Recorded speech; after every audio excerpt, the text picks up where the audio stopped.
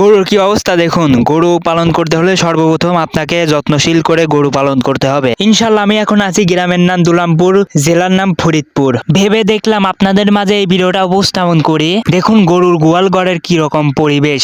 গরু পালন করতে হলে সর্বপ্রথম আপনাকে গোয়াল ঘর পরিবেশ ভালো রাখতে হবে। বিশেষভাবে আপনার যদি গরু পালন করা এরকম পরিবেশ হয়, আপনার তেমন একটা গরু বাড়বে না এবং আরো অনেক গরুর কষ্ট হবে। এখানে 10টা গরুর খামার আছে, তো এখানে গরুগুলা কিন্তু অনেক কষ্ট হয়। এই জন্য বলছি যে এই গরুগুলা অনেক কষ্ট হয়। এই গরুগুলা কিন্তু তেমন একটা কাঁচা ঘাস খাওয়ানো হয় না, ঠিক মতো ধানের খড়ই পেয়ে থাকে না। আসলে মজার ব্যাপার হলো এই গরুগুলা কিন্তু অনেক দুধ হয়। এখানে 10টা গরুই গাভী গরু, তো 18 থেকে 19 লিটার দুধ হয়। এই গাভী গরুগুলাকে কাঁচা ঘাস খাওয়ানো হয় না, তারপরেও এত দুধ হয়। তো শুধু খালি ধানের খড় খাওয়ানো হয়। কৃষি এবং খামার বিষয়ে সকল ভিডিও চ্যানেল এবং পেজে আপলোড করে থাকি। ইউটিউব চ্যানেলে এবং ফেসবুক পেজে অনেক দিন ধরে ভিডিও আপলোড করে যাচ্ছি, কোনো ভিউজ আসতেছে না। অত সহজে হার মানবো না, চেষ্টা করে যাব।